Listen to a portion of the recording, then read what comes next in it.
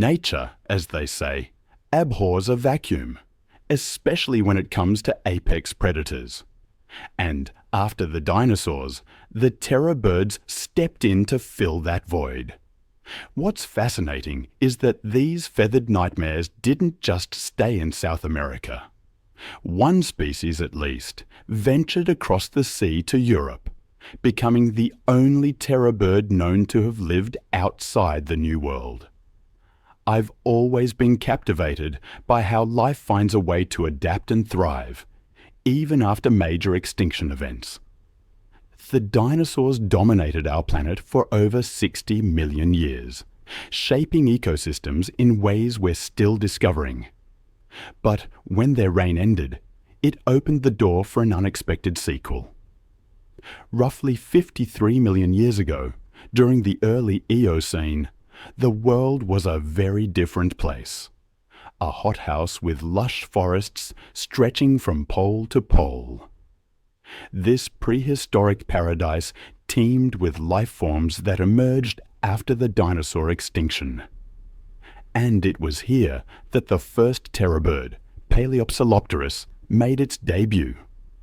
Now, at just 1 meter, or 3 feet tall, this Brazilian bird might not have seemed particularly terrifying at first glance. About the same size as a modern-day stork, hardly the stuff of nightmares. But appearances can be deceiving, and Paleopsilopterus had something its contemporaries lacked: potential. What set it apart was its agility and speed, traits that would become hallmarks of its descendants.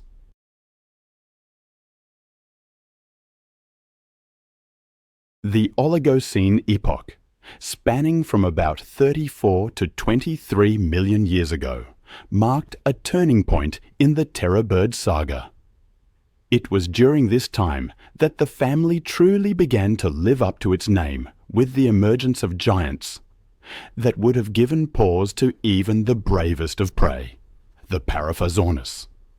This Brazilian bird was an absolute behemoth that stood 1.4 meters, or 4.5 feet tall, and tipped the scales at a whopping 180 kilograms, or 400 pounds. To put that into perspective, Paraphysornis outweighed the largest living bird today, the ostrich. This was no lightweight contender. Paraphysornis was built like a feathered tank with robust bones that spoke of raw power. Paleontologists believe that Paraphysornis hunted using a combination of kicks, slashes, and powerful jabs with its sharp beak. It's a hunting style that might remind one of a prehistoric version of mixed martial arts, with Paraphysornis as the undefeated heavyweight champion of its time. But Paraphysornis wasn't just a mindless brute. Like many of its terror bird kin, it likely possessed a level of intelligence that set it apart from other contemporary predators. Studies of terror bird brain cases suggest that they had well-developed visual and auditory centers, indicating keen senses that would have made them formidable hunters. As impressive as Paraphysornis was, it was merely setting the stage for what was to come.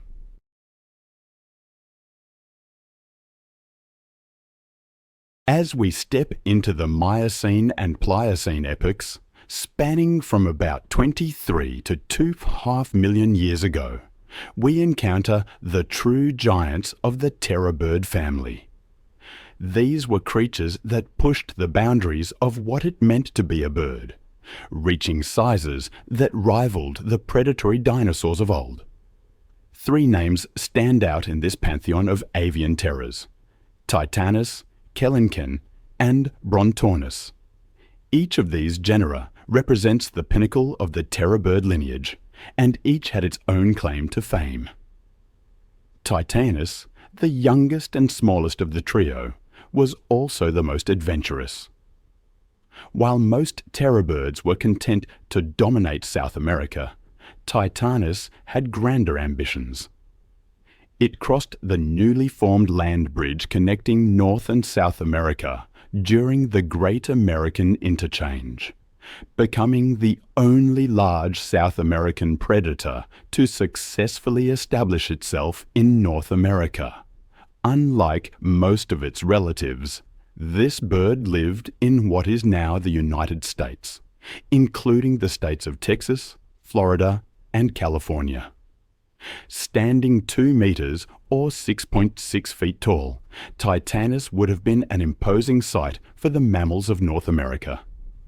Imagine the shock of a Pleistocene horse or ground sloth, accustomed to watching out for saber-toothed cats and dire wolves, suddenly confronted by this alien predator, half bird, half nightmare. But as impressive as Titanis was, it was dwarfed by its cousins back in South America.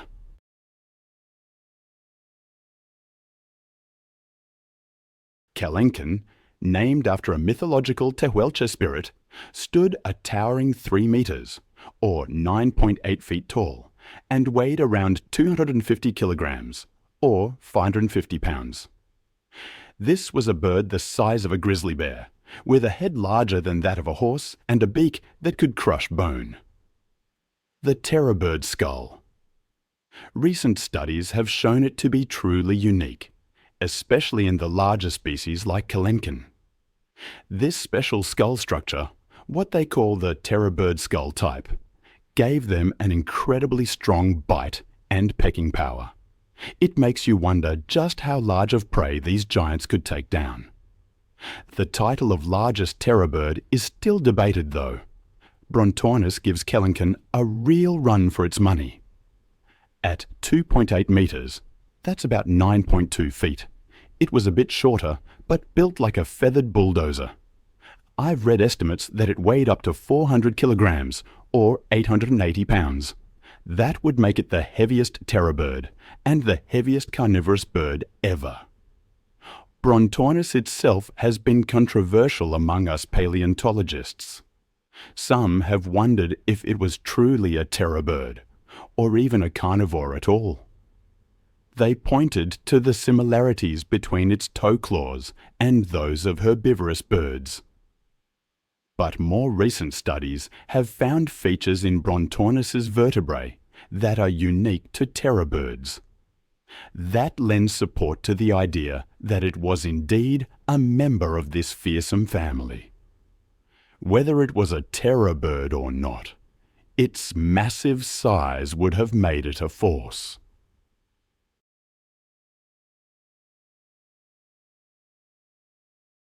Its weight likely made it slower than its more nimble cousins. But what it lacked in speed, it made up for in raw power. I picture Brontornis as the tank of the terror bird world, steamrolling over any prey in its path. While giants like Kelenken and Brontornis relied on their size and power, many other terror birds took a different approach.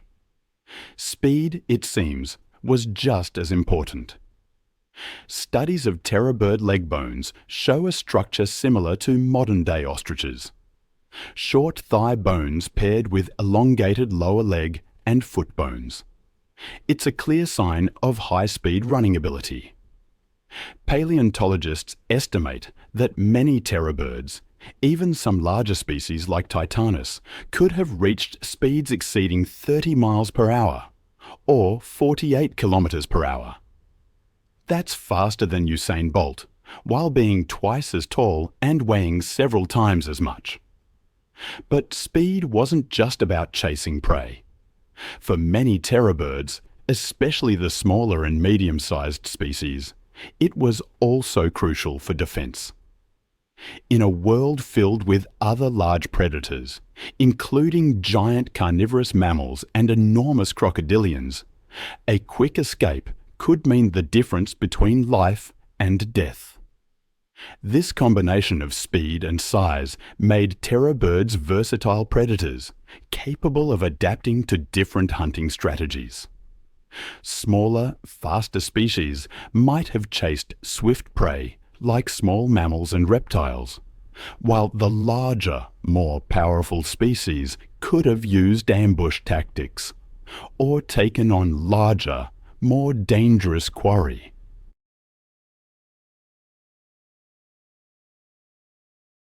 While their size and beaks often steal the spotlight, the true power of terror birds lay in their senses. Studies of terror bird skulls and brain cases reveal sensory capabilities that were far ahead of their contemporaries. While terror birds might not have had eyesight as sharp as modern raptors like eagles or hawks, they were far from visually impaired. Their eyes were well developed and positioned to provide excellent depth perception, a crucial advantage for any predator. But what really set their vision apart was its versatility. These birds were equally adept at seeing in bright daylight and in the dim light of dawn and dusk, making them effective hunters around the clock. The inner ear structure of terror birds suggests an acute sensitivity to low-frequency sounds. This ability would have allowed them to detect the footsteps and movements of potential prey, even when hidden by dense vegetation. I imagine a terror bird standing motionless in the prehistoric forests of South America, its head cocked slightly to one side. To a casual observer, it might appear to be resting or even dozing, but in reality, every fiber of its being is alert, its incredibly sensitive ears picking up the faintest rustle of leaves or the softest patter of tiny feet. In an instant, it can pinpoint the location of its unsuspecting prey and launch into action. This combination of visual and auditory prowess made terror birds the complete predatory package.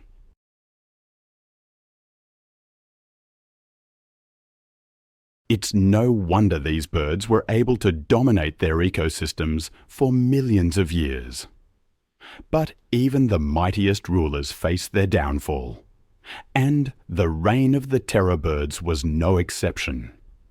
For millions of years, these avian predators had ruled supreme in South America, developing into a diverse array of species that filled various ecological niches. But somewhere along the line, their luck ran out. Traditionally, the extinction of the terror birds was linked to the Great American Interchange, a major paleobiogeographic event that occurred about 2.7 million years ago. This event saw the formation of the Isthmus of Panama, creating a land bridge between North and South America. As a result, animals from both continents were able to migrate across this newly formed connection, leading to a significant reshuffling of fauna. The conventional wisdom held that the influx of new predators from North America, including cats, dogs, and bears, outcompeted the terror birds, leading to their eventual extinction. It was a neat and tidy explanation that seemed to make perfect sense. However, as is often the case in science, the truth has turned out to be more complex and nuanced. Recent studies have cast doubt on this simple competition-based extinction model, revealing a more intricate tapestry of factors that led to their demise. The terror birds. I have spent years pondering their fate.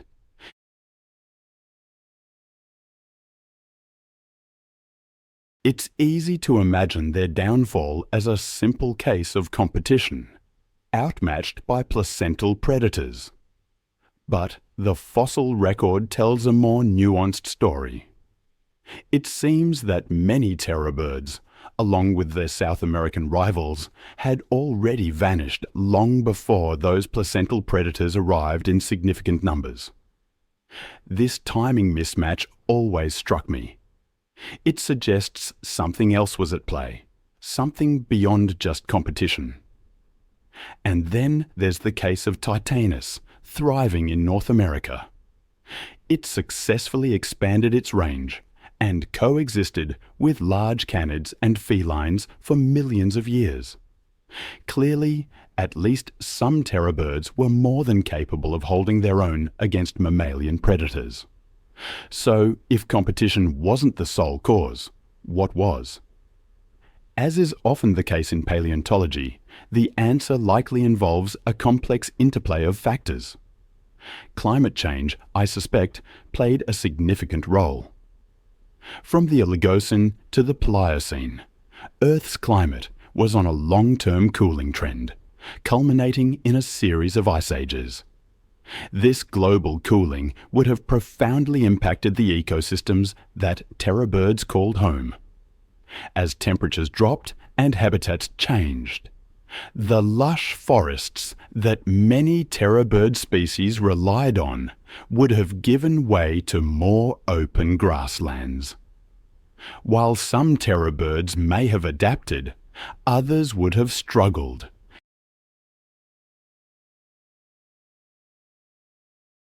And perhaps most tantalizingly, could there be any truth to the legends of giant birds that persist in the folklore of some South American cultures? While it's unlikely that humans ever directly interacted with terror birds, the possibility that our ancestors might have heard stories of these creatures passed down through generations is not entirely far-fetched. After all, other megafauna that coexisted with early humans, such as woolly mammoths and giant ground sloths, left lasting impressions on human culture and mythology. The near miss between humans and terror birds also serves as a poignant reminder of the incredible diversity of life that has existed on our planet. It's sobering to think that if the terror birds had managed to hang on for just a few thousand years longer, our understanding of the natural world might be very different today. Thinking about dominant animals brings another creature to mind: big cats. Today, the lion may be the king of the jungle, but the tiger stands out as the largest, most powerful, and most skilled of them all. However, there was one species in particular that stands above them all. Not only did it dwarf the modern tiger in size, but it ranks among the largest cats to ever exist: the Nandong tiger. In the early 20th century, some Dutch paleontologists were excavating the soil near the village of Ninggandong on the island of Java in Indonesia, when they found something that stopped them in their tracks.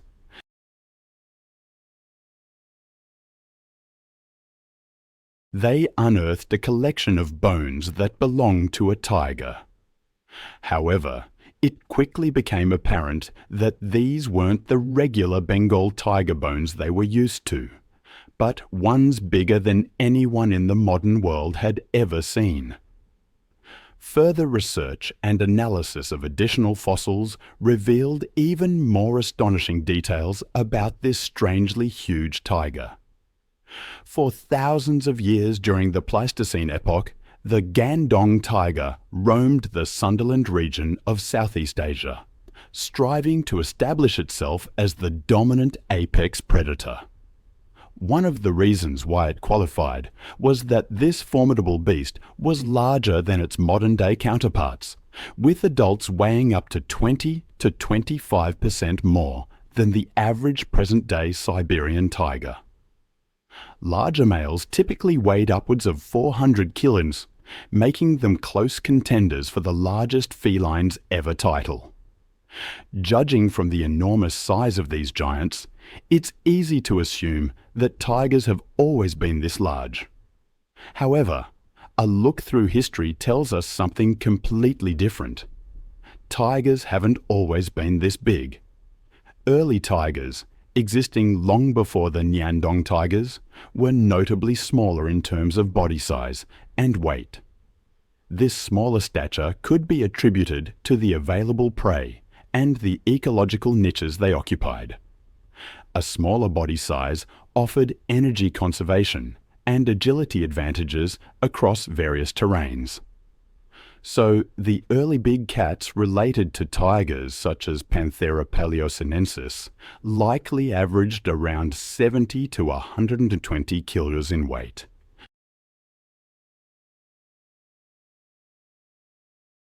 Following them was the Trinil tiger, popularly believed to be the ancestor of all known Indonesian subspecies. Imagine being the apex predator, the ruler of the wild, at the very top of the food chain. There are perks, of course, but even the most fearsome hunters aren't always the biggest. In the predator game, size isn't everything, though every so often, nature truly outdoes itself. It creates a carnivore so specialized, so perfectly adapted to hunting big game, that it seems almost mythical. One such beast was the Nagandong tiger. This tiger, a truly impressive predator, roamed what is now Indonesia from the early to middle Pleistocene. It descended from the Trinil tiger, which weighed between 110 to 150 kilo. Over time, the Nagandong tiger emerged, a heavier creature with a weight range of 200 to 350 kilo. I often wonder about the slow, almost imperceptible changes that add up over millennia. This gradual increase in size can be explained by the intense competition for food among large carnivores. To compete for that apex predator position, you had to eat more, gain more weight, become more powerful. The Nagandong tiger wasn't alone in this struggle. It faced stiff competition from creatures like the Smilodon, giant hyena, and dire wolves. The Smilodon, for example, was known for its long, slender canines, some reaching up to 12 inches. These could inflict deep wounds on prey.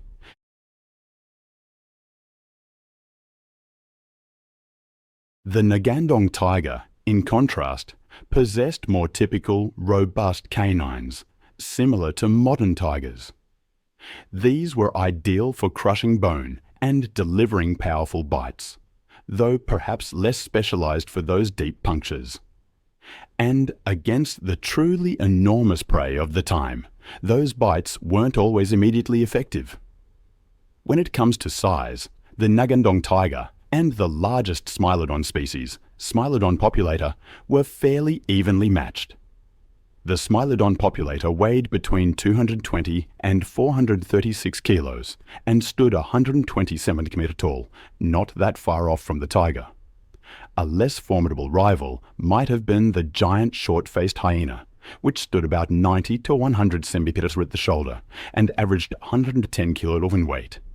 But the dire wolves, they were another matter. Although they had smaller jaws and weighed less than the Nagandong tiger, they hunted in packs of more than 4. As a solitary hunter, the Nagandong tiger would have found it difficult to match that intensity when attacking prey. This placed it at a disadvantage in the competition for apex predator status. But the Nagandong tiger had more to worry about than just other predators. Around this time, early humans were becoming increasingly prevalent in Southeast Asia. Over 80 individual remains have been found in that region. It's likely they crossed paths with the Nagandong tiger.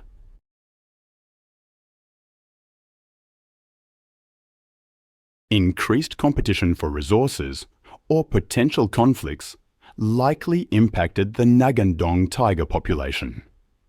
Other factors may have also contributed to their demise. But with limited fossil records, we are left with many unanswered questions. Imagine a cat the size of a bear, capable of leaping over a one-story building. That's the kind of animal we're talking about when we discuss Smilodon, the saber-toothed cat extraordinaire.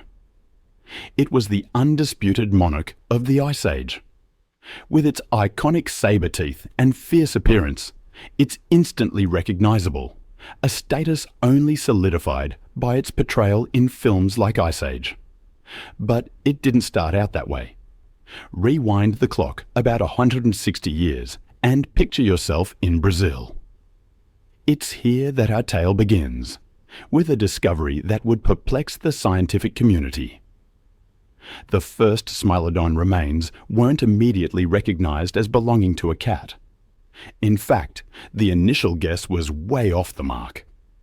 Based on some isolated cheek teeth that bore an uncanny resemblance to those of modern hyenas, they dubbed this new find Hyena neoga. However, within a couple of years, the tides of discovery brought forth a tsunami of new fossils. Suddenly, scientists weren't just looking at a few teeth, but a veritable jigsaw puzzle of prehistoric proportions. Foot bones, skull fragments, and those iconic canines, which, by the way, seemed almost comically oversized for any mouth. As the pieces fell into place, it became clear that this was no hyena.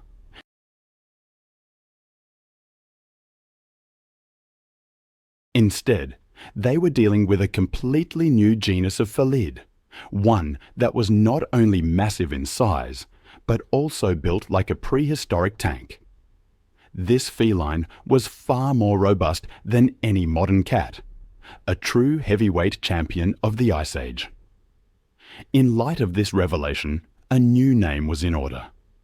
Thus, Smilodon populator was born.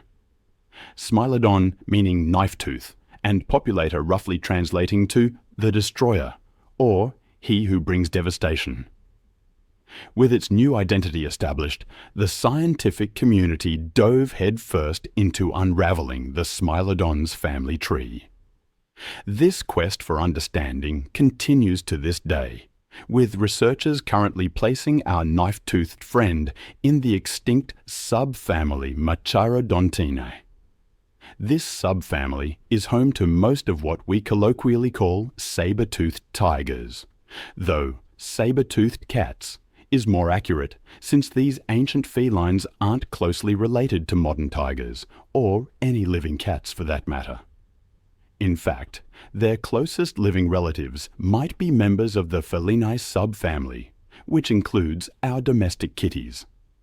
Within the Machaerodontinae, Smilodon found itself in an even more exclusive club, the Smiliodontini, or, as some paleontologists like to call them, the dirk-toothed cats. This group is pretty exclusive, with only 5 known genera calling it home. But what Smiliodontini lacks in diversity, it makes up for in star power thanks to Smilodon.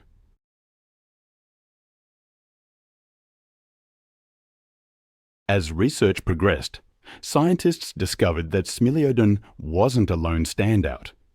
It was more like a prehistoric trio with 3 distinct members: S. gracilis, S. fatalis, and S. populator.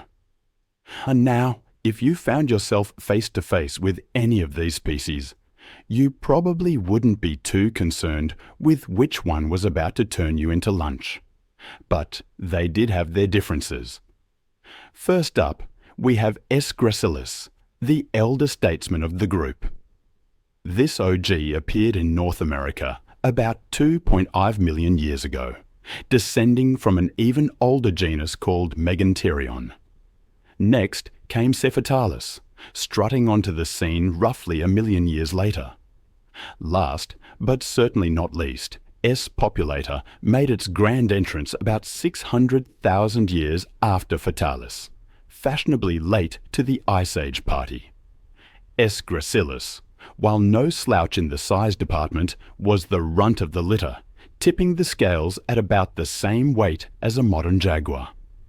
S. fatalis, living up to its name, was a step up in the terror department, matching an African lion in size, but packing on extra muscle like a feline bodybuilder. We're talking about 280 kilos, or 620 pounds of prehistoric fury. That's on par with the largest tigers roaming the earth today. But S. populator dominated them all. This behemoth pushed the boundaries of felid physiology, with the largest known specimens estimated to have weighed in at a jaw-dropping 470 kilos, or 1,040 pounds.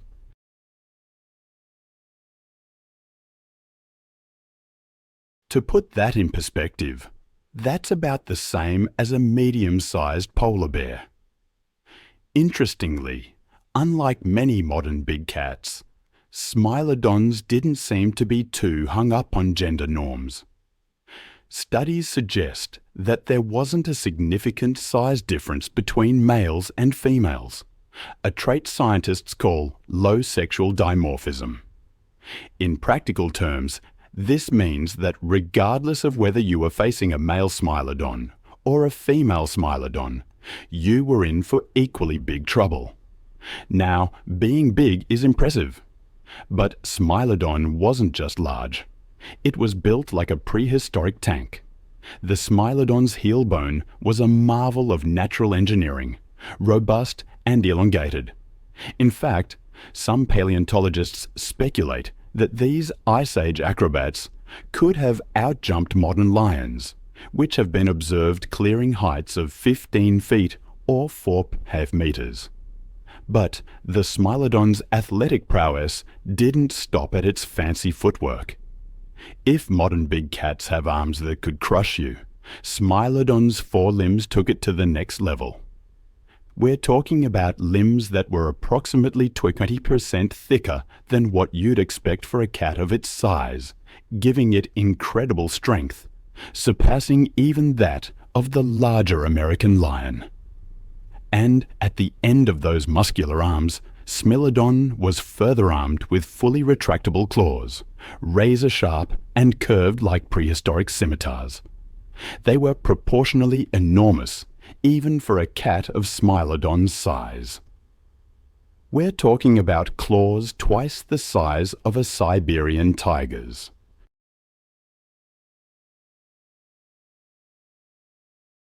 Those impossibly long canines. They've captured imaginations for generations, haven't they? Saber teeth aren't unique to Smilodon, but this creature perfected the design, taking it to an entirely new level. I'm talking about canines so long they protruded well beyond the lower jaw, a feature uncommon even among other saber-toothed cats. To put it in perspective, Smilodon's canines could grow up to 8 inches long. That's longer than many modern kitchen knives. They were precision instruments of prehistoric destruction. These teeth were shaped like deadly daggers with sharp points and smooth, narrow sides, designed to pierce deep into flesh with devastating efficiency. You'd expect a predator with teeth like that to have a powerful bite to match. But surprisingly, studies have shown that Smilodon's bite was relatively weak, 4 times weaker than a modern lion's, in fact. So, how did it kill? Well, that's been a subject of much debate. One popular theory suggests that Smilodon was the original ambush predator.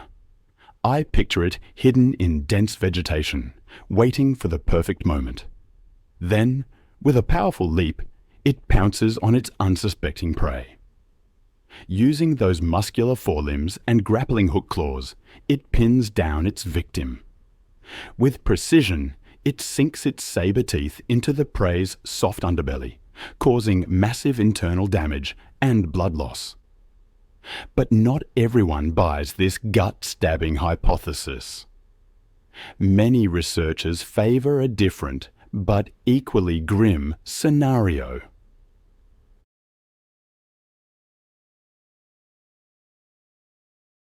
In North America, their prey included oversized versions of animals we recognize today: giant bison, camels, and, if the opportunity arose, even mastodons and Columbian mammoths. Yes, these cats were taking down creatures that dwarfed modern elephants. In South America, Smilodon's targets were equally impressive and diverse, including creatures like Toxodon, Litopterna, various species of Glyptodon, along with more familiar animals such as horses and camelids.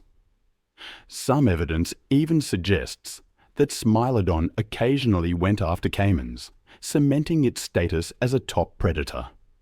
We know what Smilodon ate thanks to skeletal evidence such as tooth marks on bones, or Smilodon remains found alongside those of their prey, providing vital clues about its diet. One big question that's still hotly debated in paleontology circles is whether Smilodon was a lone hunter or a team player. This isn't just academic curiosity. Knowing whether Smilodon hunted in packs could tell us a lot about its social structure and what kind of prey it typically targeted. One of the strongest pieces of evidence supporting the idea that Smilodons lived socially comes from the La Brea tar pits in California. These California tar pits are a gold mine for paleontologists, preserving countless Ice Age animals that got stuck in the sticky asphalt. But most of the bones found in La Brea aren't from herbivores that got trapped, but from predators that got stuck trying to eat the trapped herbivores.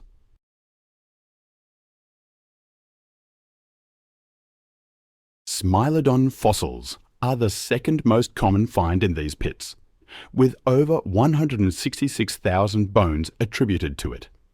This high number has led some scientists to suggest that Smilodon might have been a social animal. The reasoning goes like this. In modern cat species, the more social ones tend to be more responsive to distress calls. So, if one Smilodon got stuck, it might have called for help, attracting other members of its group who then also got stuck.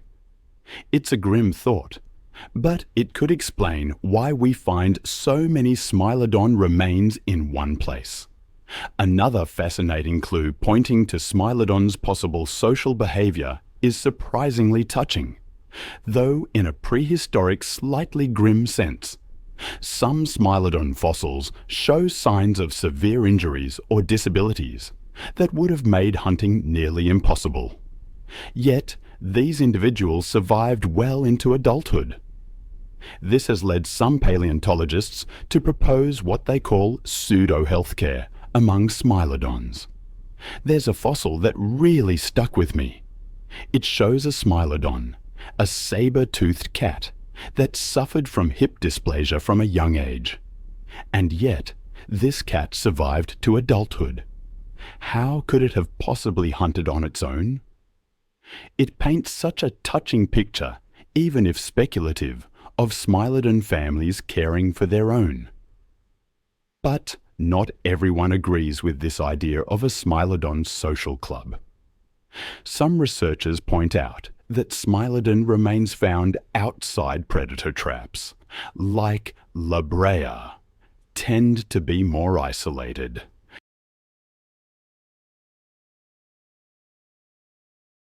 Lions and wolves weren't the only competition Smilodon had to worry about. The Ice Age was also the time of the short-faced bear, a beast that could make even Smilodon look small. Some of these bears reached truly dinosaurian proportions, rivaling medium-sized sauropods in weight. However, these ursine giants were more omnivorous than Smilodon, which likely reduced direct competition. Plus, bears tend to be solitary creatures, so if a group of Smilodons encountered one, the bear would likely have decided that this particular picnic basket wasn't worth the trouble. We've talked a lot about Smilodon's impressive hunting adaptations, but how did it eat with those teeth? After all, those saber-like fangs seem like they would have been quite the obstacle during feeding. Smilodon had a solution for that too. Unlike most predators that can chomp down from the front, Smilodon was equipped with specialized slicing teeth called carnassials. These teeth, situated on the sides of the mouth, worked like biological scissors, shearing through meat with ease. To eat, Smilodon would have turned its head to the side, using these carnassials to slice off manageable chunks of meat, while its saber teeth stayed out of the way.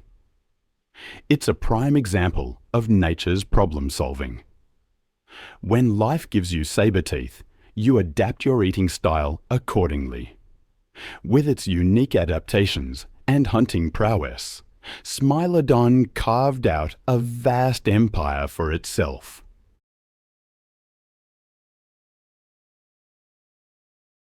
And unfortunately for our ancestors, by the time humans arrived on the scene, only the larger Smilodon populator and Smilodon fatalis remained, given that Meganterion, the possible predecessor of Smilodon, was known to occasionally prey on Homo erectus.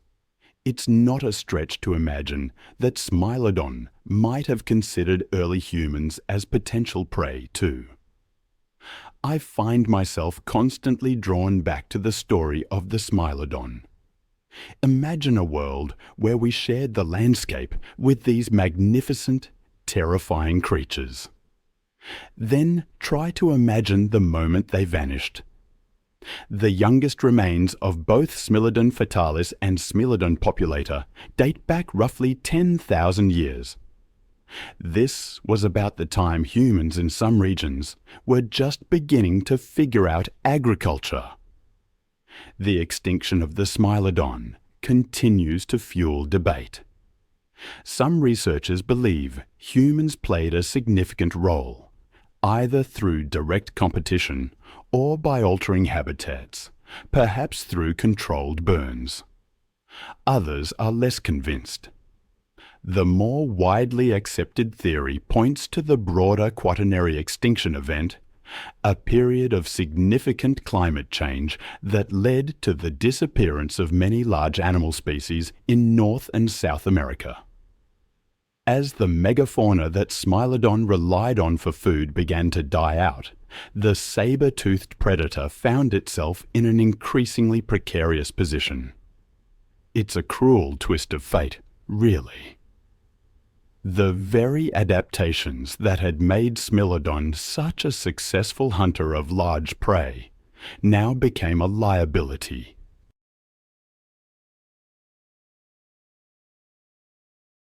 Specialized to take down giants, Smilodon struggled to adapt to a world where those giants were disappearing.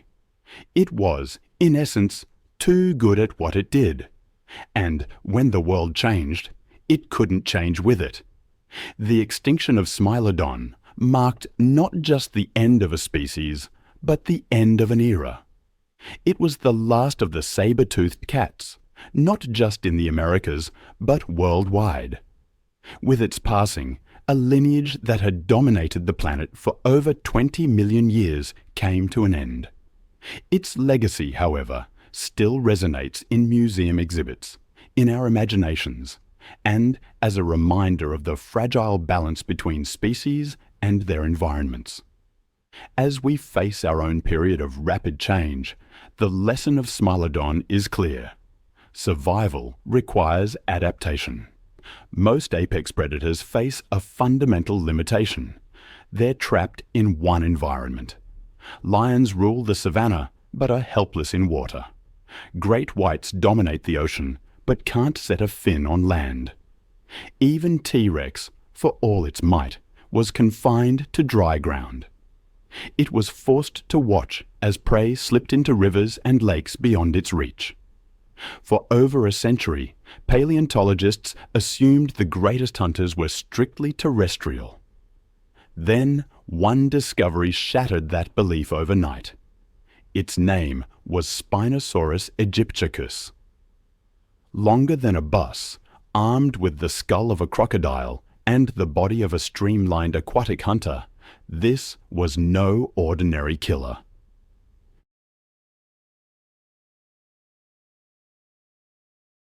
This was the nightmare that redefined what it meant to be an apex predator. A monster that could rival, and in many ways surpass, even T-Rex itself. The first thing that strikes you about Spinosaurus isn't its length, Though at 50 to 59 feet, or 15 to 18 meters, it dwarfs even the largest T-Rex specimens. It's not even the massive sail rising from its back like some prehistoric fin.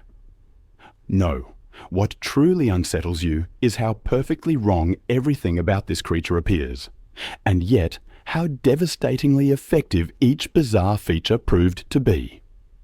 Start with that skull, a narrow, elongated nightmare stretching nearly 6 feet, or 1.8 meters long. If you've ever stared into the eyes of a large crocodile, you understand the primal fear that comes from seeing a predator perfectly designed for aquatic ambush. Now, imagine that same sinister profile scaled up to dwarf any modern crocodilian, mounted on a body that could rear up 20 feet into the air. The skull alone weighed as much as a small car, yet it cut through water with the efficiency of a torpedo. Those jaws housed over 60 interlocking teeth, each one a curved, needle-sharp instrument of death designed for one purpose: gripping slippery, struggling prey underwater. Unlike the bone-crushing teeth of T-Rex, built for delivering massive bite forces to terrestrial victims, Spinosaurus's teeth were fishing spears made of enamel.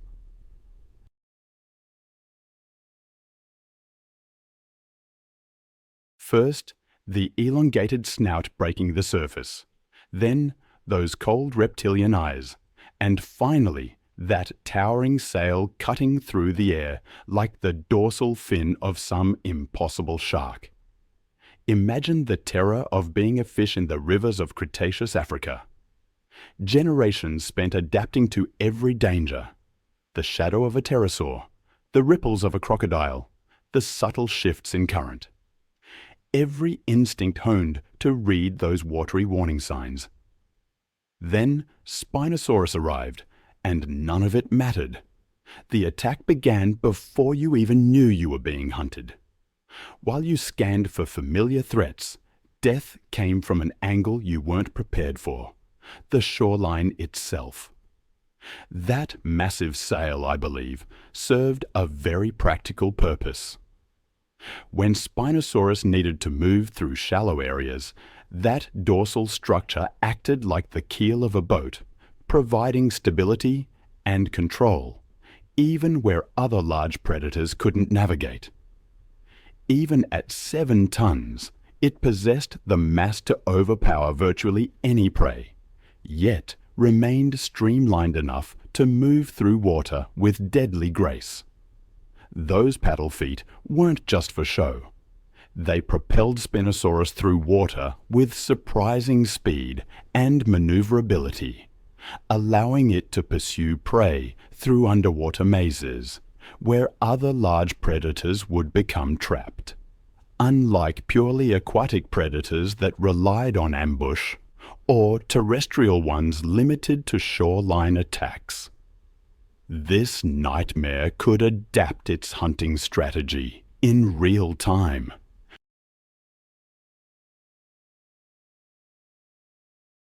If it missed its target underwater, it could simply rise to the surface and snatch prey from above. If prey took refuge in shallow water, those webbed feet provided perfect stability for wading attacks that no other large theropod could attempt. The hunting scenarios become even more terrifying when you consider Spinosaurus's intelligence.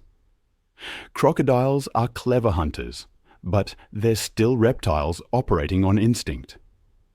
Spinosaurus possessed the problem-solving capabilities of a large theropod, the same cognitive tools that made other members of its group such effective pack hunters.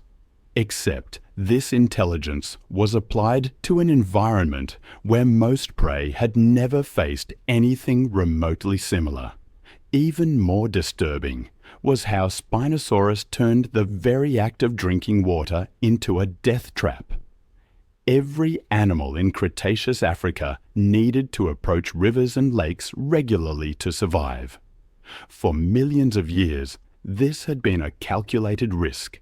Stay alert, drink quickly, watch for crocodiles. Suddenly, the riverbank itself became unreliable. That submerged log might be a 50-foot predator. Those ripples might not indicate current or wind, but the approach of something that could strike from below with the force of a freight train. The fossil evidence suggests Spinosaurus didn't just occasionally venture into water. It lived there. This wasn't a terrestrial predator that sometimes waded into rivers for a quick meal.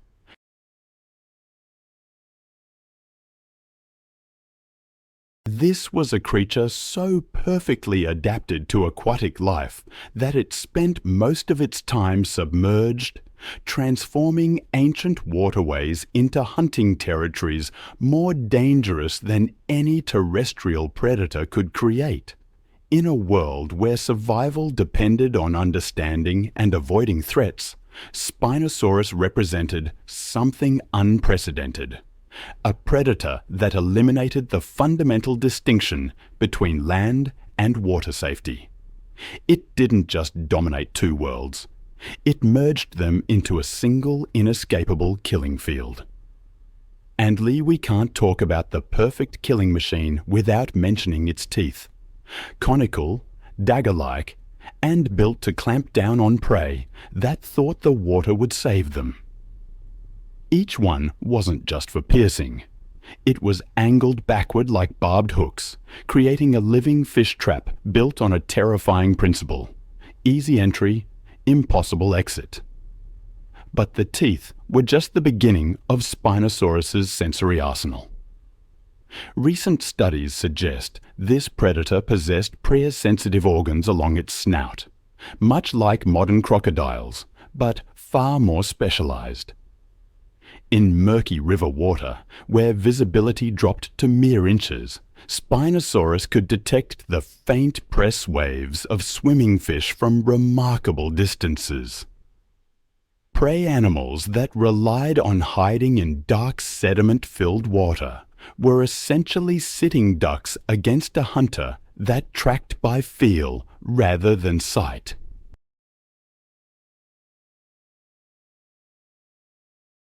Every movement in the water, a fish changing direction, a turtle surfacing for air, even the subtle current disturbance created by gills extracting oxygen, registered on Spinosaurus's pres sensors like sonar pings on a submarine's display. The creature could track multiple targets simultaneously, predict their movements, and position itself for killing strikes with mechanical precision. Those massive nostrils, positioned high on the skull like a crocodile's, allowed Spinosaurus to breathe while almost fully submerged, keeping most of its body hidden beneath the surface. But the true weapon wasn't smell, it was touch. Its snout was covered in a dense network of tiny sensory pits specialized for detecting pres waves and subtle water disturbances. In murky rivers where visibility dropped to inches, this system worked like underwater radar. Every flick of a fish's tail, every ripple from a struggling lungfish, even the faintest shift in current. I sometimes find myself haunted by images from deep time. Imagine a world where rivers dwarfed the Amazon, where tropical forests stretched endlessly, and the very air vibrated with the calls of creatures that would make modern elephants seem small. In this steaming, river-choked ecosystem, death could strike from any angle at any moment. I'm speaking of a time when Spinosaurus transformed every waterway into an active crime scene. Spinosaurus was unlike anything we see today. It could sense prey long before it saw its hunter.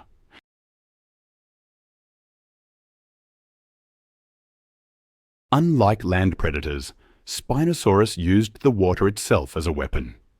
Its powerful arms and webbed feet created underwater currents that disoriented prey, and its massive size generated press waves that stunned smaller fish.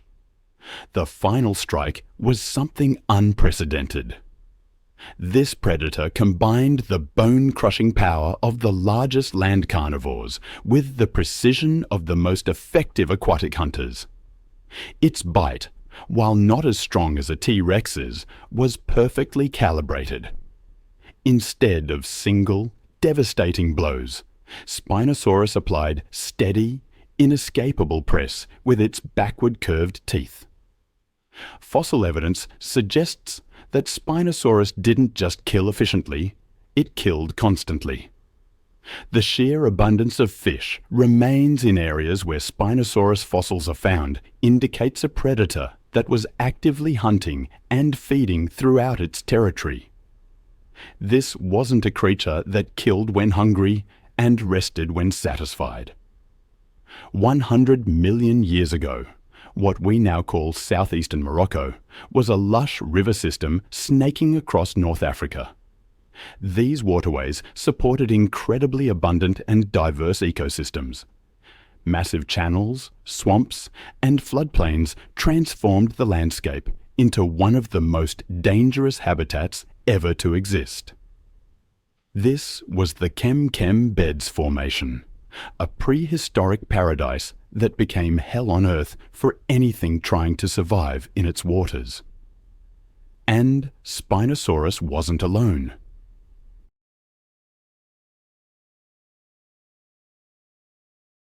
The Kelenken Formation reveals that this aquatic terror shared its territory with a deadly mix of predators, prey, and rivals. On land, giants like Carcharodontosaurus patrolled the inland areas, while Sarasuchus, the 40-foot supercroc, competed directly with Spinosaurus for aquatic hunting grounds. Mid-sized hunters like Rugops cleaned up Spinosaurus's leftovers, while swift predators like Deltadromeus and Behemoth used speed and specialized tactics. Herbivores like Ouranosaurus, Rebacosaurus, and the colossal Paraletitan somehow survived this gauntlet. The waters themselves were filled with monstrous prey like Onchopristis, Mawsonia, and lungfish. Every species in this ecosystem lived in constant tension with Spinosaurus's dominance. Land predators maintained uneasy truces. Herbivores relied on elaborate survival tactics just to drink. And aquatic prey developed increasingly tough defenses. The last Spinosaurus died approximately 94 million years ago. But the questions this creature raises about predation, dominance, and the very limits of survival continue to ripple through our scientific understanding. When we think of prehistoric apex predators, our minds often go to Tyrannosaurus rex or Megalodon. But in North America's ancient past was a predator so extraordinary, it could make today's largest wolves look like lapdogs.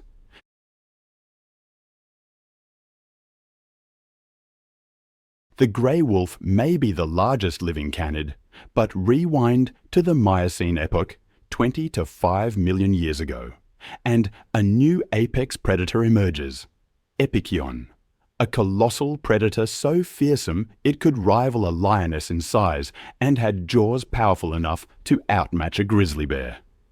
This was a dog that could eat a lion.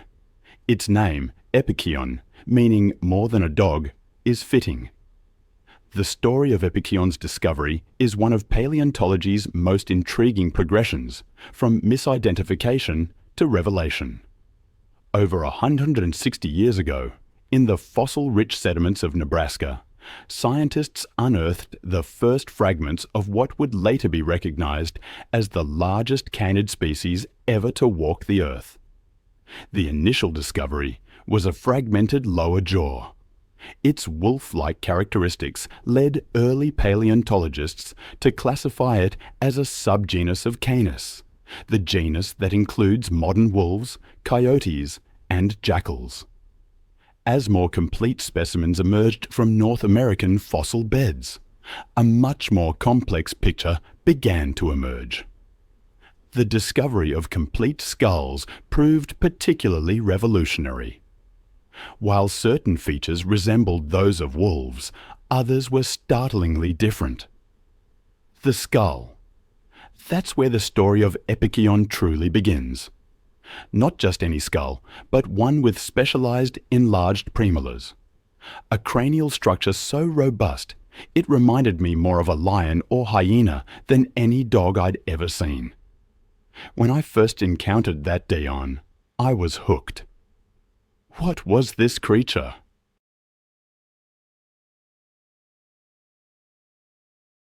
The answer, as it often does in paleontology, lay in the details. Those specialized premolars, that remarkably strong jaw, they pointed to a distinct group within the canid family, the Borophaginae. This subfamily, often called the bone-crushing dogs, represents one of the most successful, yet strangely overlooked branches of the canid family tree. The Borophaginae were remarkably diverse. 66 known species filled a wide range of ecological niches. They had powerful teeth, short but deep jaws, and a fifth toe, a feature lost in many modern canids. For over 15 million years, they dominated North America, evolving into an impressive array of forms. Some were no bigger than foxes, others rivaled or exceeded the size of today's grey wolves. And among them, Epicyon emerged as the ultimate expression of this bone-crushing lineage. Its name, fittingly, means more than a dog. Recent studies of modern canids have helped paleontologists better understand where Epicyon fits in. The Borophaginae seem to have been a highly specialized branch, following a unique evolutionary path compared to the lineage that eventually led to modern wolves and dogs. This specialization explains both Epicyon's unusual features and, perhaps, its eventual disappearance. Within the genus Epicyon, 3 distinct species evolved to fill different ecological niches. Epicyon severus, Epicyon haydeni, and Epicyon elodontoides.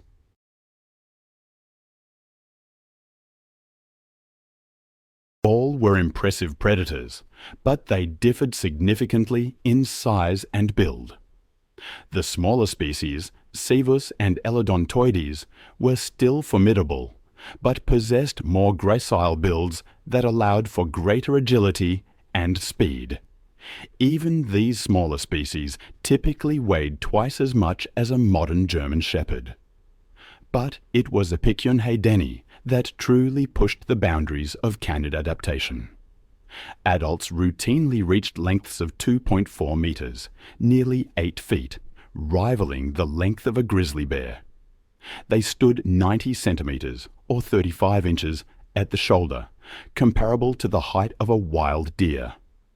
Average adults weighed between 125 and 170 kilograms, making them heavier than modern leopards and comparable to large jaguars. Perhaps most intriguingly, Epicyon haydeni exhibited significant size variation within the species.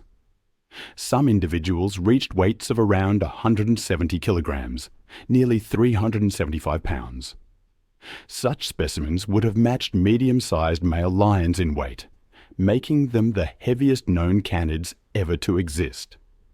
But size alone wasn't Epicyon's only advantage. Its bite was truly remarkable.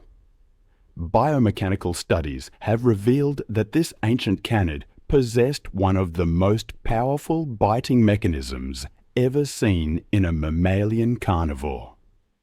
The enlarged premolars and strategically positioned canine teeth, placed closer to the jaw joint than in modern canids, created a highly efficient biting apparatus.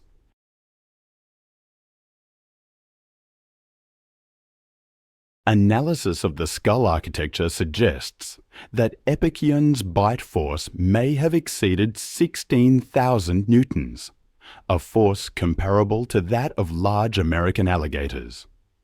The closer placement of the canines to the jaw joint created a more efficient lever system, concentrating enormous force at the tooth tips during bites. The result was a bite that could easily pierce through thick hide, flesh, and even bone. Microscopic analysis of wear patterns on preserved teeth provides direct evidence of how Epicyon used its formidable bite. These studies show distinctive patterns of wear consistent with both flesh slicing and bone crushing activities, suggesting a predator that could efficiently process every part of its prey. Evidence from fossil deposits indicates that Epicyon was an opportunistic predator capable of taking down a wide range of prey. Their fossil remains have been found in association with ancient camels, pronghorns, horses, and peccaries.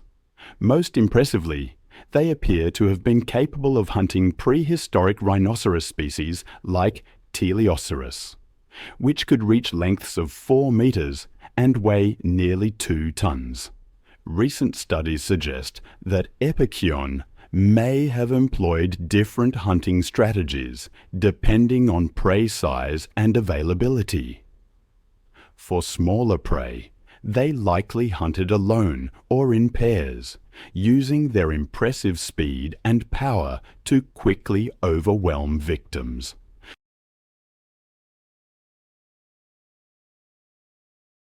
However, evidence increasingly points to the possibility that they also engaged in pack hunting, particularly when targeting larger prey. This idea of social hunting is supported by the fact that nearly all well-studied modern canids exhibit some degree of social behavior, and most hunt cooperatively. The fossil record also offers clues. There's a North American carnivore from the Miocene epoch whose remains are unusually abundant. That alone makes me curious. But even more strangely, they seem to have lived more like social pack hunters than solitary predators. It makes you wonder what their secret was. What gave them such an advantage? The bones of Epicyon tell a fascinating story. They weren't built for agility or long-distance running like modern wolves. Instead, they had a robust, sturdy skeletal structure, heavier bones. This suggests they were powerful, built for explosive movements, relying on ambush tactics or short, high-speed chases. Pack hunting would have been a huge advantage in that context, allowing them to surround and overwhelm prey that a single hunter couldn't manage. But here's where it gets truly remarkable. Epicyon could process and digest bone. That's not something you see in most large carnivores. Their premolars and molars were short, pyramid-like, with wide bases, almost identical to those of modern hyenas. It's an incredible example of unrelated species evolving similar adaptations to exploit the same ecological niche.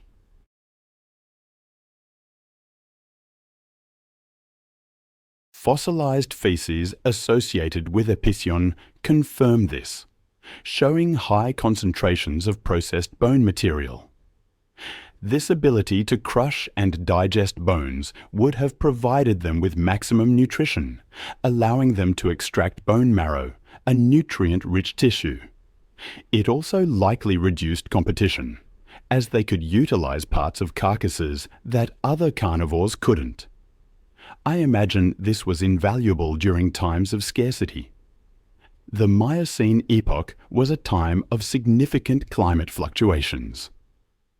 During periods when prey was scarce, the ability to fully utilize every part of a carcass, including the bones, would have been a crucial survival advantage.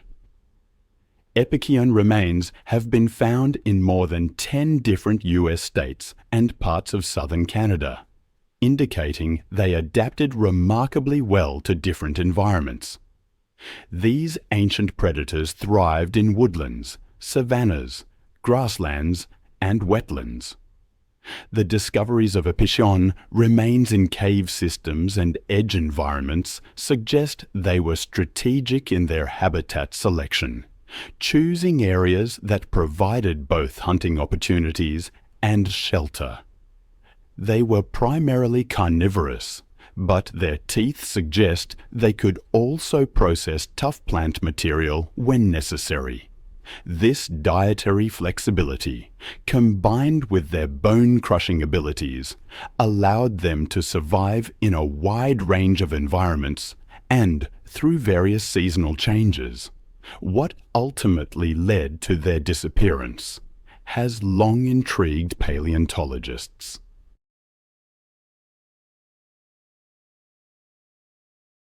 Early theories suggested competition from big cats, but that's largely been discounted since many of those cats didn't appear in North America until millions of years after Epikion vanished.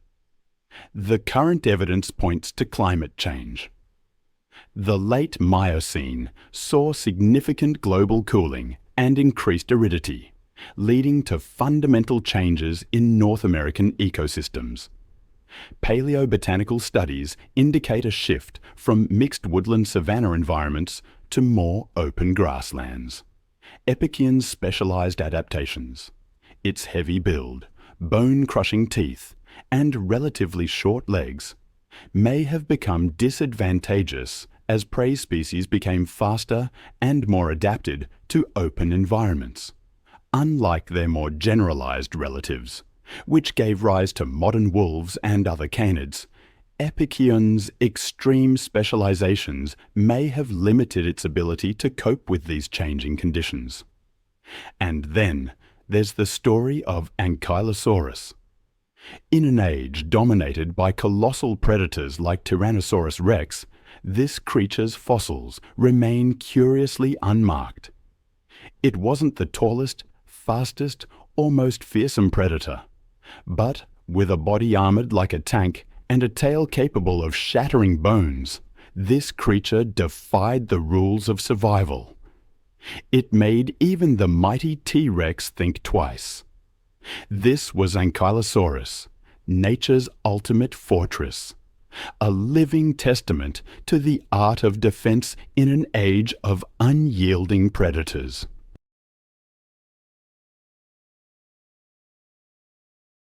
Brown initially speculated that the bones might belong to a previously unknown type of armored dinosaur. Over time, further excavations in Canada and the western United States revealed more specimens, each shedding light on the creature's physical characteristics.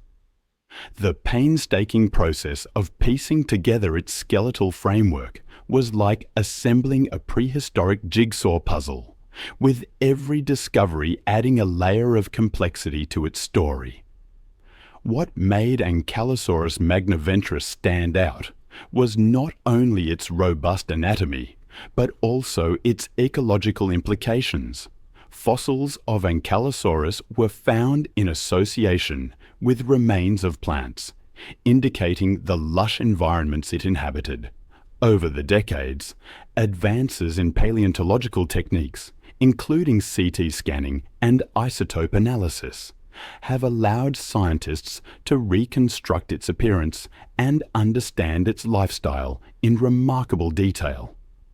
From the armored plates that defined its body to the distinctive club at the end of its tail, Ankylosaurus stood as a creature that epitomized nature's ingenuity.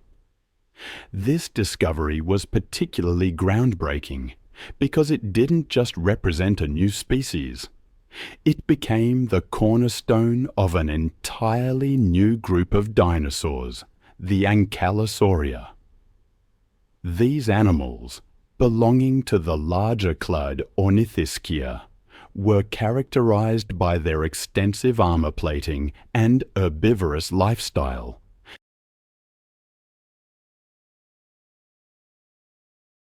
Shaped like a broad triangle, it was designed to withstand immense press. Its jaw mechanics, though less powerful than those of a carnivore, were finely tuned for grinding tough plant material. The teeth, small but ridged, created an effective tool for processing vegetation, and wear patterns suggest a highly specialized feeding strategy. What's more, the placement of its nostrils and the complexity of its nasal passages indicate not only a heightened sense of smell, but also the possibility of thermoregulatory adaptations. Speaking of armor, the Ankylosaurus's defensive system was far more sophisticated than initially understood. While we've known about its bony plates, or osteoderms, for decades, recent microscopic analysis has revealed an intricate network of blood vessels running through these structures. This discovery suggests that the armor might have served multiple purposes, not just protection, but possibly also helping to regulate body temperature, similar to how some modern reptiles use their scales for thermoregulation. The number of these osteoderms remains a subject of debate among paleontologists, with estimates ranging from 30 to well over 100. But what's particularly intriguing is their unique construction. Unlike other armored dinosaurs that had solid, thick plates, the Ankylosaurus possessed something more sophisticated: osteoderms with hollow undersides.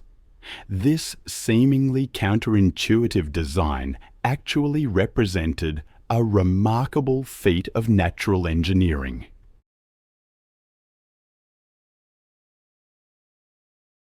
The behavior and lifestyle of Ankylosaurus were as unique as its anatomy. While much of its life remains a mystery, fossil evidence offers glimpses into its daily routines and survival strategies. Juvenile Ankylosaurus specimens, for example, lacked the fully developed armor and tail clubs seen in adults.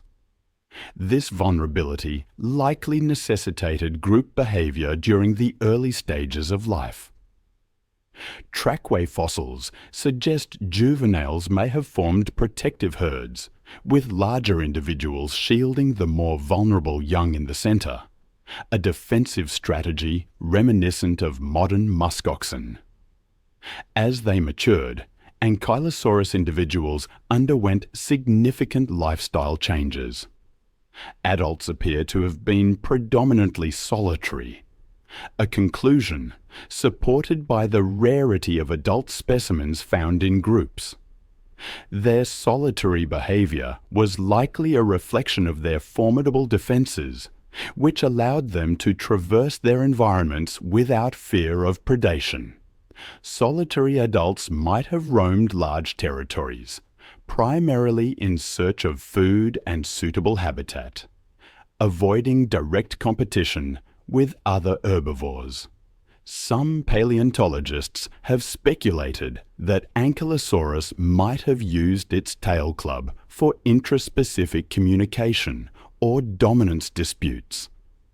This theory is supported by observations of similar behaviors in modern animals with physical weaponry, such as bighorn sheep or rhinoceroses.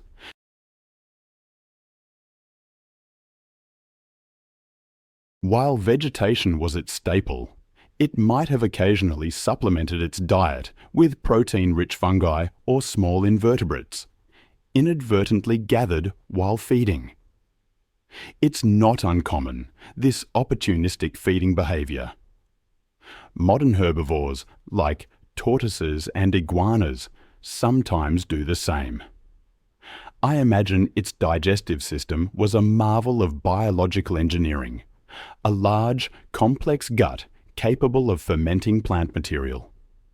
This would have been absolutely necessary to extract sufficient nutrients from its fibrous diet.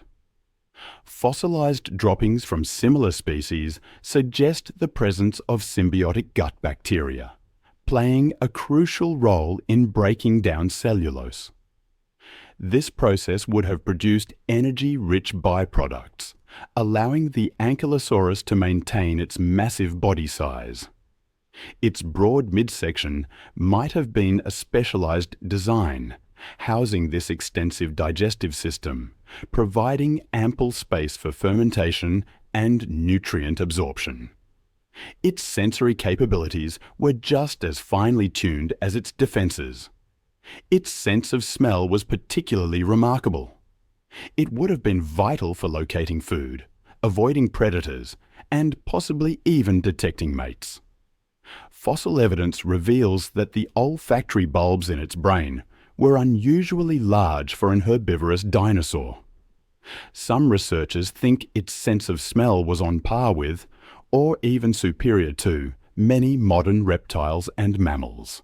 Advanced imaging techniques of Ankylosaurus skull fossils have revealed intricate nasal passages.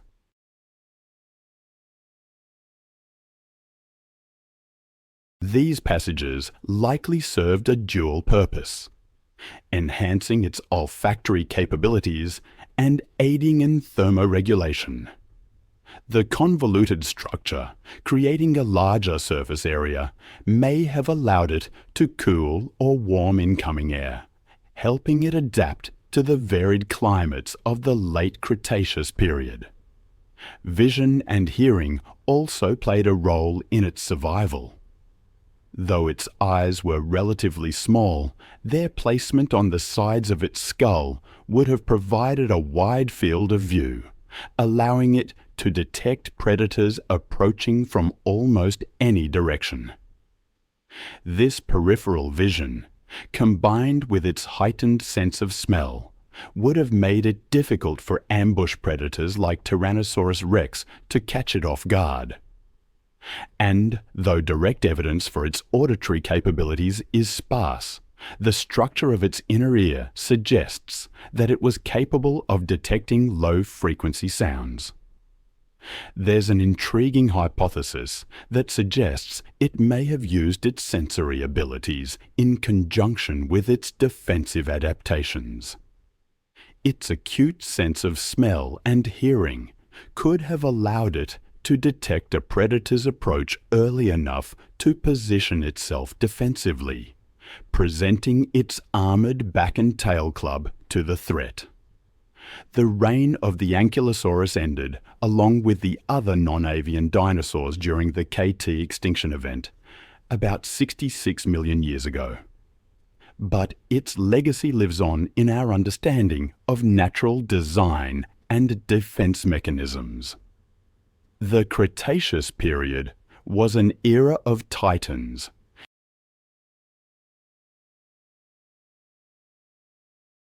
It produced not only the largest terrestrial predator, but also the largest land animal ever known.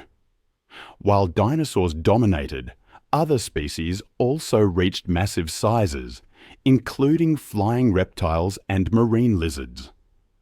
Around 82 million years ago in North America, the world witnessed the emergence of Deinosuchus, the largest crocodilian in Earth's history. This colossal crocodilian, whose name translates to terrible crocodile, was discovered in the 1850s, when large, distinctive teeth were unearthed in North Carolina. Initially, these teeth were mistaken for those of a pliosaur, a type of marine reptile, leading to considerable confusion among paleontologists. But they quickly realized that this creature was something altogether different. The journey to accurately identify this gigantic predator was significantly advanced by Dr. Joseph Leidy, a leading paleontologist of the 19th century. His meticulous examination and publications played a pivotal role in re-evaluating these remains. Leidy's research corrected the initial misclassification, revealing that the teeth belonged to an entirely different kind of prehistoric creature. The newly proposed classification reflected the immense size and formidable presence of this crocodilian, which was aptly named Dinosuchus hatcheri, in honor of John Bell Hatcher, a distinguished paleontologist. It's easy to underestimate the power of creatures from the distant past.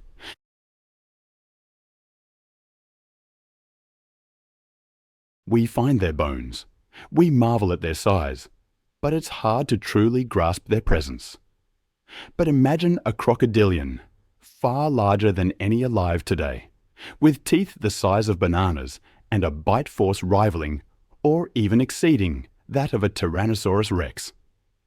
That was Deinosuchus.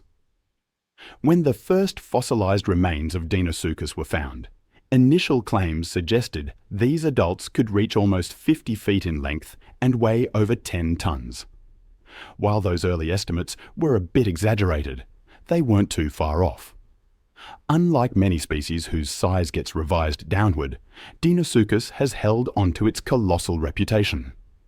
There are 3 recognized species: Deinosuchus hatcheri, Deinosuchus rugosus, and Deinosuchus riograndensis.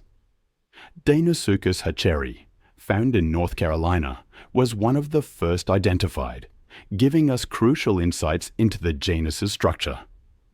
Deinosuchus rugosus, mainly discovered in Montana, had a more robust build, perhaps an adaptation to different prey or environments. And then there's Deinosuchus riograndensis, found in Texas, which grew even larger than its eastern relatives. These remains, more plentiful and better preserved, gave us a clearer understanding of their lives. Paleontologists now believe that the average adult Deinosuchus measured between 26 and 33 feet long, and weighed between 2.5 and 5 tons, more than twice the size of a male hippo, and some grew even larger.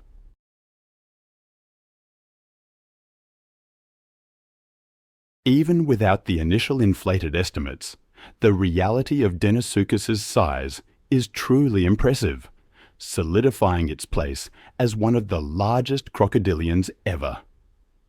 The Deinosuchus riograndensis species stands out for its impressive size. Studies of remains found in Texas suggest that the largest individuals could reach lengths of up to 39 feet and weigh around 8.5 tons.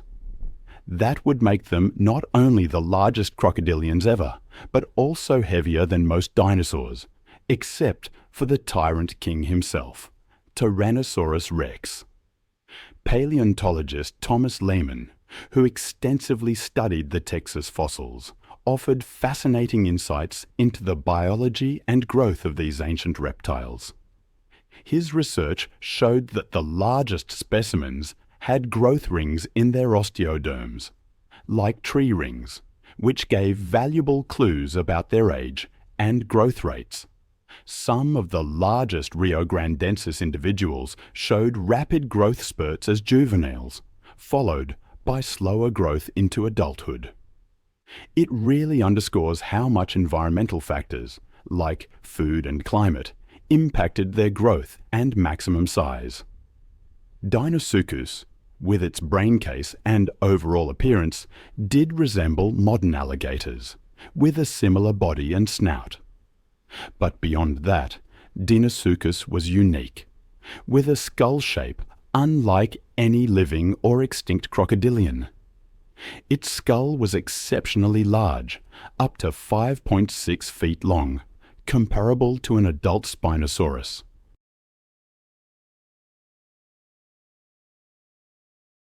Despite its size and robust build, studies have shown that Deinosuchus's bite force was, surprisingly, somewhat modest. A 2002 study reported a bite force of about 18,000 newtons, enough to crush bones, but relatively weak for its size, especially compared to the smaller saltwater crocodile, which exerts a bite force of 16,500 newtons. But further examinations revealed that the skull wasn't just massive, it was also highly specialized. The arrangement of its teeth, conical and sharp in the front for grasping prey, and blunt and robust in the back for crushing bones, allowed Deinosuchus to tackle a diverse range of prey, from large dinosaurs to hard-shelled turtles. The bite force of Deinosuchus has been a topic of much debate, with some of the widest-ranging estimates for any prehistoric predator. Initial research suggested around 18,000 newtons, based on the skull's size and structure. But a later study proposed an astonishingly powerful bite force exceeding 100,000 newtons, nearly double that of Tyrannosaurus rex. This discrepancy highlights the ongoing debate within the paleontological community. Dr. Greg Erickson, who led one of the key studies, used advanced biomechanical modeling to simulate Deinosuchus's bite mechanics. His team found that the robust construction of the skull and teeth supported the possibility of such a formidable bite force.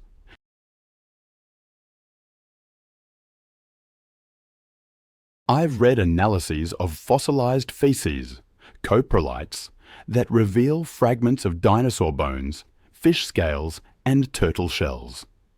It's a snapshot of a varied diet that Dr. Karen Chin calls attention to, highlighting its opportunistic feeding behavior. From large herbivorous dinosaurs to smaller aquatic creatures, Deinosuchus consumed a wide range of animals. It's believed Deinosuchus used ambush tactics, leveraging its massive size and crushing bite. Like modern crocodiles, it likely employed a death roll maneuver to incapacitate and dismember its prey, grabbing them and then rapidly rotating its body weight. Reconstructing the hunting methods involves analyzing fossil evidence and comparing it with the behavior of modern crocodilians. The robust anatomical features of Deinosuchus, including strong neck muscles and a sturdy body, support this idea. Growth rings on its osteoderms tell us that Deinosuchus experienced a slow growth rate, taking around 35 years to reach full size. But even as juveniles, they were formidable predators, sporting considerable size and powerful bites. They were also equipped with large, thick osteoderms, bony plates that provided substantial protection. These osteoderms not only served as armor, but also supported the animal's massive body, increasing its load-bearing capacity. Deinosuchus remains have been found throughout the United States and northern Mexico, indicating its success.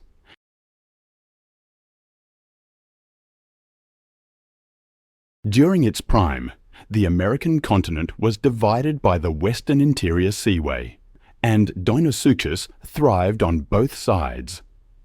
It inhabited diverse environments including estuaries, freshwater lakes, rivers, and possibly even deeper marine waters. Its adaptability is showcased by its preference for estuaries, coastal bodies of brackish water. Its strong limbs and tail allowed it to navigate both aquatic and terrestrial settings, tolerating varying salinity levels.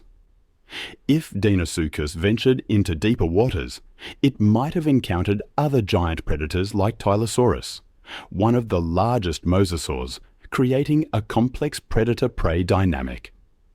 It coexisted with herbivorous dinosaurs like Anodontosaurus, Gryosaurus, Cosmoceratops, and Eutriceratops.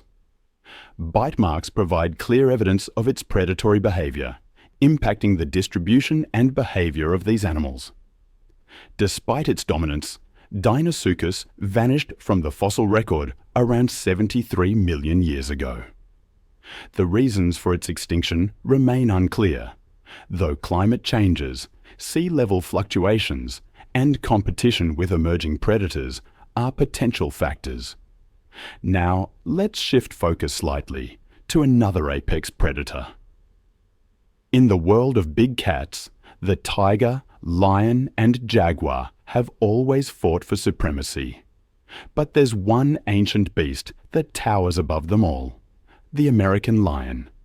This was no ordinary feline. It was the largest to ever walk the earth.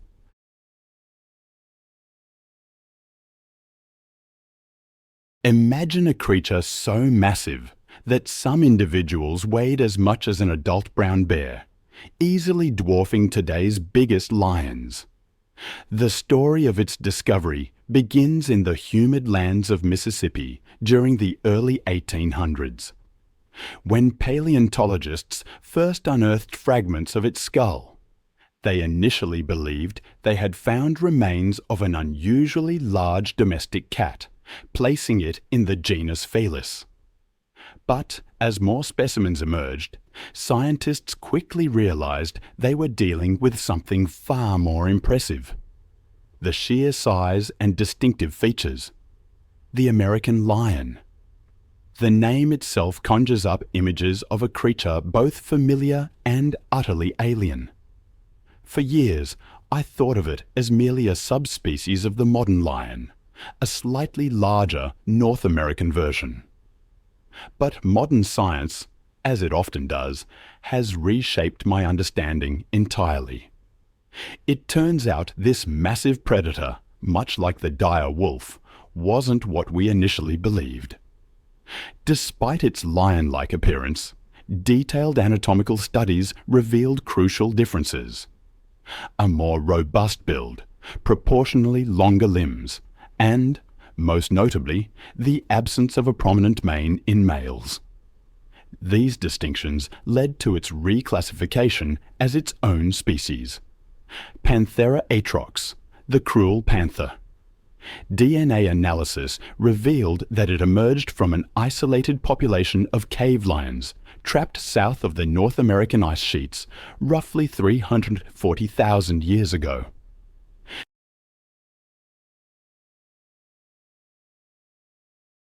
This separation occurred during a crucial period of the Pleistocene epoch, leading to rapid adaptations to the North American environments.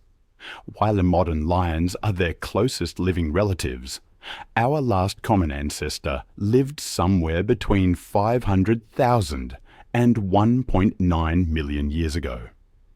It's a testament to how quickly changes can occur under the right conditions, isn't it? The sheer size of the American lion sets it apart from any feline, living or extinct.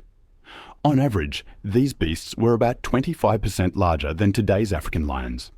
Male American lions typically weighed between 351 kg, 774 lb, and 420 kg, 930 lb, already making them substantially larger than any living big cat. But the most impressive specimens, discovered in 2012, have been estimated to weigh an astounding 523 kg, 153 lb, equivalent to the weight of 8 adult humans combined. Even the largest recorded Siberian tigers, the biggest living cats today, rarely exceed 300 kilos, 660 lb.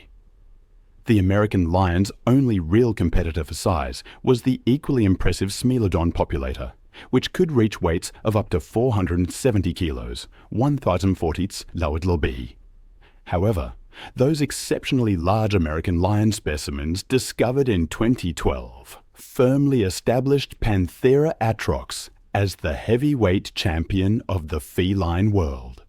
What makes the American lion particularly remarkable is that, despite its enormous size, it maintained the agility and speed characteristic of big cats.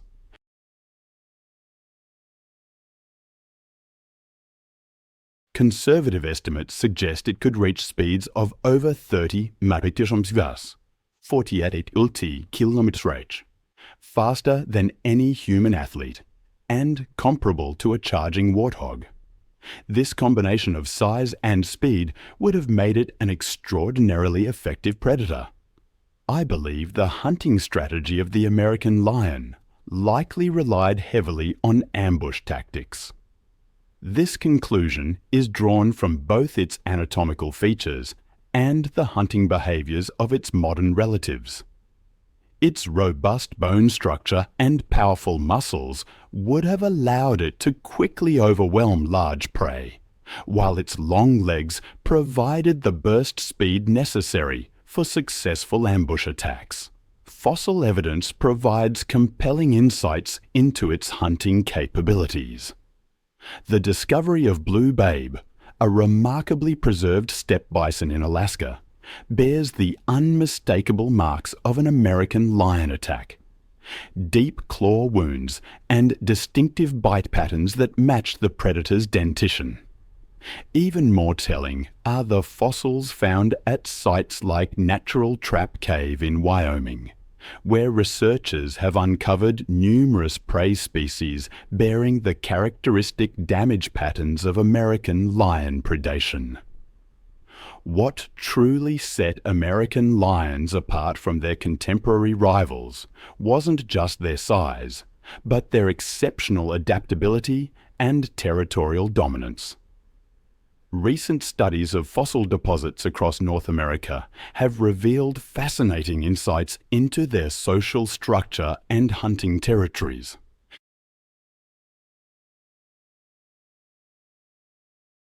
Unlike modern African lions that typically control territories of 100 to 200 kilometre, evidence suggests that American lions commanded vastly larger ranges, some extending up to 500 kilometres per pride. This massive territory was a necessity, not a luxury, given their enormous size and corresponding caloric needs. The fossil record tells us an intriguing story of their social dynamics. While modern lions live in prides of up to 15 individuals, American lion social groups appear to have been smaller, but more efficient. Bone assemblages at key sites like the Page-Ladson site in Florida and the Rancho La Brea deposits suggest groups of 4 to 6 adults working together with devastating effectiveness. Their smaller pride size, combined with their larger individual mass, meant each pride needed to bring down fewer but larger prey animals to sustain themselves. Perhaps most fascinating is the evidence of their den sites, discovered in caves across the American West. These sites, particularly those found in the Grand Canyon region, show signs of multi-generational use, some caves bearing marks of occupation spanning thousands of years. The walls of these dens often bear deep scoring marks from claws, a behavior seen in modern big cats, but at a scale that dwarfs anything in the present day. Some of these marks are placed over 3 mt high on cave walls, providing tangible evidence of their incredible reaching height when standing on their hind legs.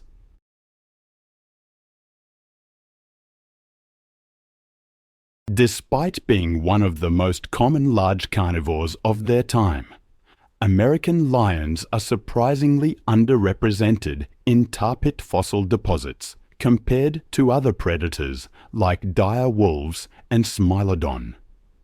This suggests they were better at recognizing and avoiding these natural traps, showing a level of environmental awareness that set them apart.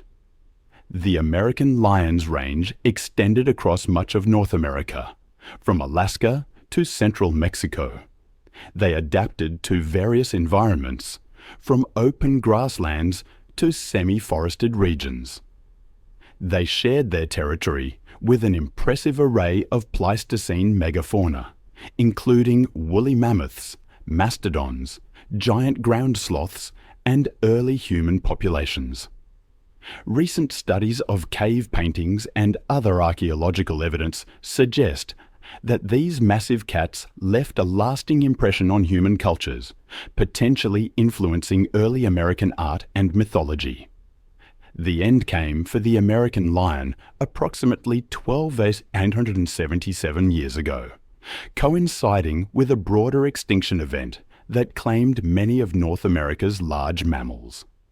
This timing aligns with both significant climate changes at the end of the last ice age and the expansion of human populations across the continent.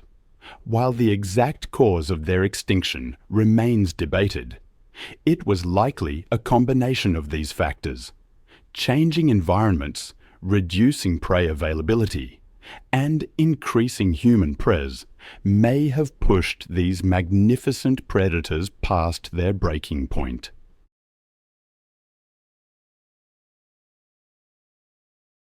Instead, it had coarse hair covering it from top to bottom, giving it a striking demonic look. Quetzalcoatlus was toothless. I've always found it fascinating how much we can learn about an animal from its bones, even one as strange as Quetzalcoatlus. It must have had an extraordinary metabolism to support its way of life, much like other pterosaurs. For a long time, scientists believed it to be cold-blooded, like other reptiles. But we now know Quetzalcoatlus was, in fact, warm-blooded and quite active. Warm-blooded or cold, Quetzalcoatlus wasn't exactly a looker. It had a long, pointed beak, similar to a modern stork, but without the hooked tip. Excavations revealed that the skull of Quetzalcoatlus northropi was larger than that of Quetzalcoatlus lawsoni, proving that northropi was the larger of the two. It also had the capacity to rotate its head 180 degrees, which would have greatly improved its ability to locate prey and ward off enemy ambushes. This led some scientists to believe that Quetzalcoatlus may have actually lived and hunted primarily on the ground, since it was quite heavy and well suited to terrestrial life. This flightless theory, which emerged around 2010, never really gained much traction, however. Almost all paleontologists now agree that it was capable of flight thanks to a recent discovery. The unearthed bones suggest that Quetzalcoatlus had very light, almost potato chip-like bones, which may have made flight easier than we initially expected.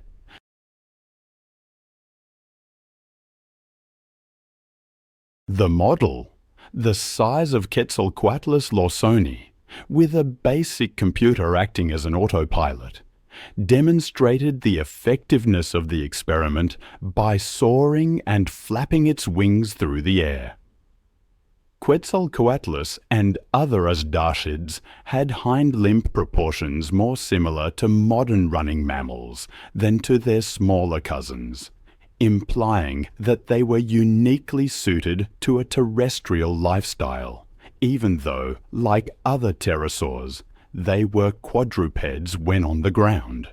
This has led scientists to study the lifestyle and feeding habits of Quetzalcoatlus. It's widely accepted that this flying giant was a carnivore, but exactly what it ate has been the subject of much speculation. Douglas Lawson, the scientist who first discovered Quetzalcoatlus, described it as scavenging on the carcasses of titanosaur sauropods, much like a marabou stork. Scavenging seemed like the only option because the fossil was located pretty far from the coast, and there were no signs of large rivers or deep lakes nearby when it was alive. However, this scavenging idea was debunked in 1996. Scientists noted that, in contrast to the hooked beaks of specialist scavenger birds, the lower jaw bent so steeply downward that even when it closed entirely, a space of more than 5 centimeters remained between it and the upper jaw. They proposed that Quetzalcoatlus ate like modern skimmers, cleaving the waves with its beak and grabbing fish in mid-air, thanks to its long neck vertebrae and toothless jaws.